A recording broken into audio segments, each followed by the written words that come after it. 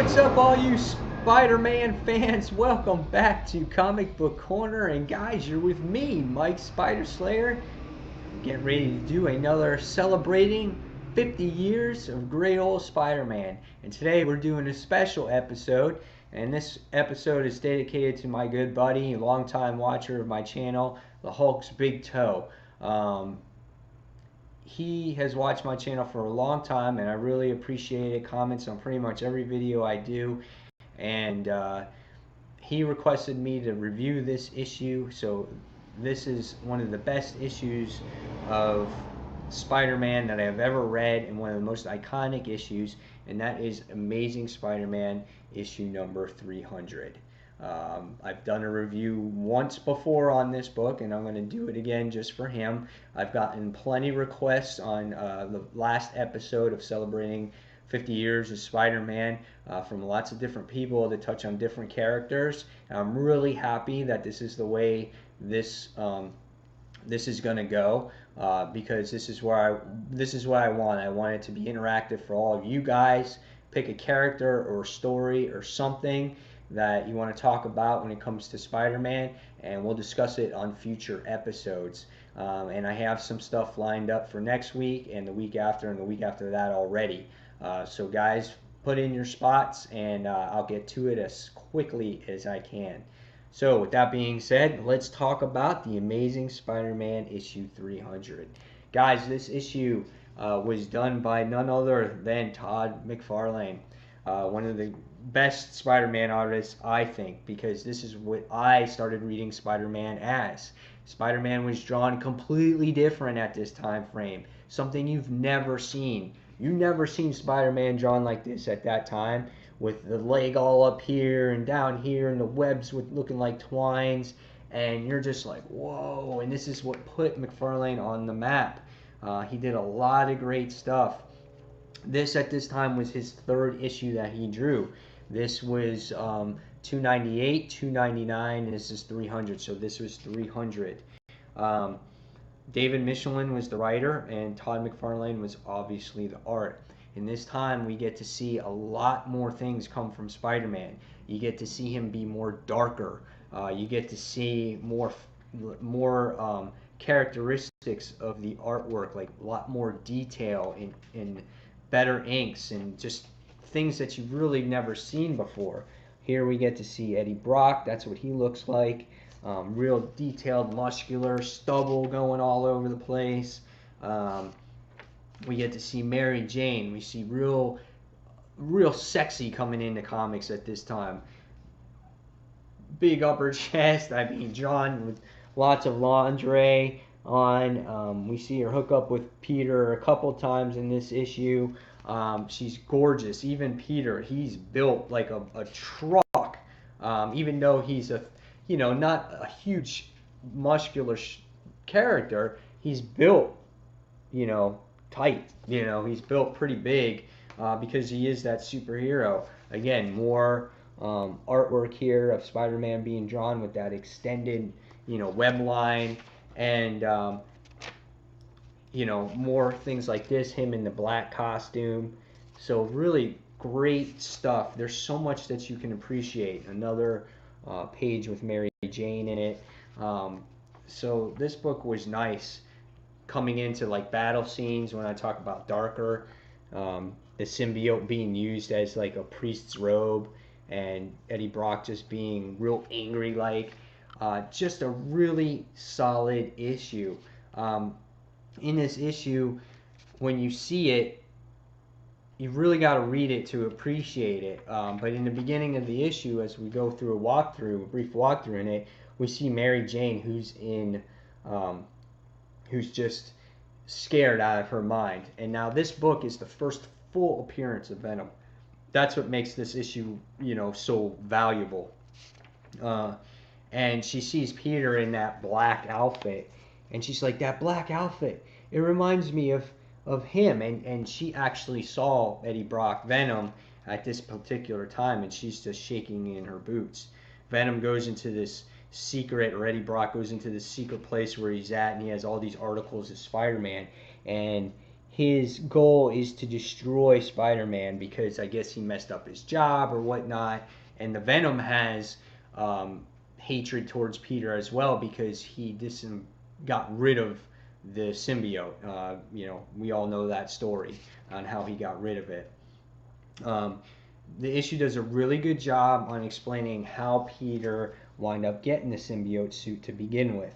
How the Fantastic Four got it from him and how they captured it and everything else, and how he was possessed by it and how he actually discarded it from the church tower bells and things like that.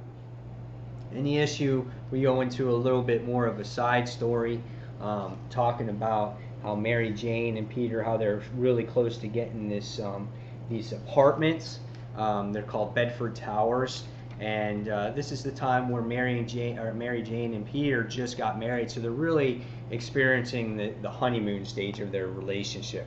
They're always hooking up, they're lovey-dovey with each other, and this is the time where you really appreciate Peter and Mary Jane. This is what makes you love them as a couple so much, and why you want them to get back together, because they just, it seems like they belong to each other,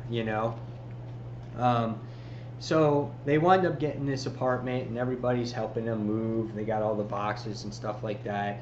So they're all excited, and they show their apartment there, and again, Mary Jane and Peter hooking up because they're all happy that they got this this apartment, and Peter and Aunt May Peter, Aunt May, and Mary Jane get together for dinner to talk about everything that's going on. The only thing about the artwork is no one seems to really have noses. Mary Jane doesn't have too much of a nose. Peter doesn't have too much of a nose. So that was the facial expressions are pretty weird. But Eddie Brock wants to go back to this church tower or whatnot, and go back to where he got this symbiote, and there's a church guard there, and there's a guard there, and you can see the symbiote, how it likes to kill people, and he uses it to suffocate a officer. So you can see how the suit is really used. Again, they're all moving to this apartment.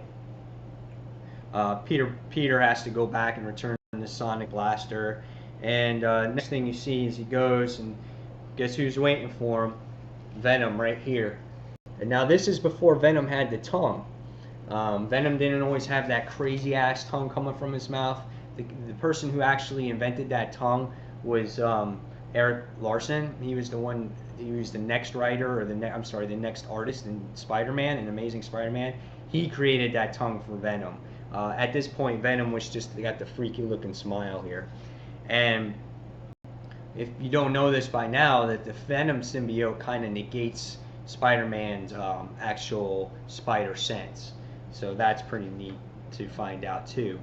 Story really goes into depth about how Eddie Brock became how he is, and what has happened to his career, and how Spider-Man and Peter, faked everything out. So, and what his hatred is for Peter. So it's pretty neat to see that backstory.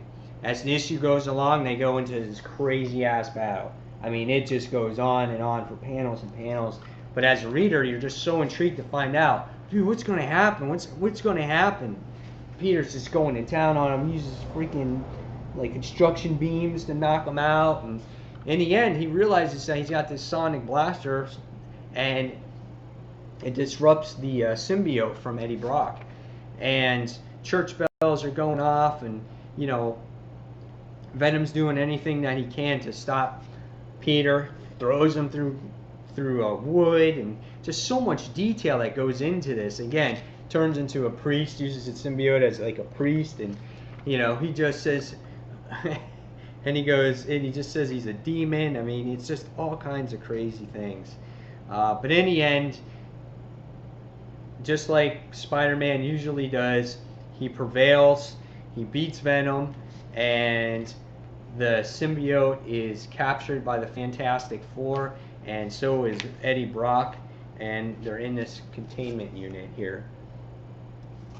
And this is the last that you see for Venom for a little while, and Peter Parker comes home, and she just can't stand that black outfit. and she's done with it. And what happens now is that she says, you have to get rid of it, throw it in the garbage. And she's like, if you're gonna do this, she's like, if you're gonna do this, you're gonna wear this. She goes, what do you think? And then she shows him this right here. She shows him the old blue and red tights. And he's like, Mary Jane, I think you're the greatest. And clothes come off again. They go at it. And here we go. Bam. Back to the blue and whites. The old classic. And that is the last that you see of that black costume for a while. And the only time you ever see it is on Venom. So that is the last page, going through the snow. And you see quite a few McFarlane issues after that, and his run was fantastic.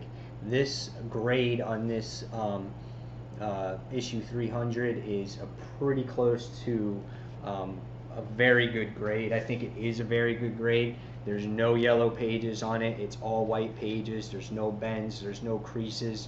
There's nothing on it.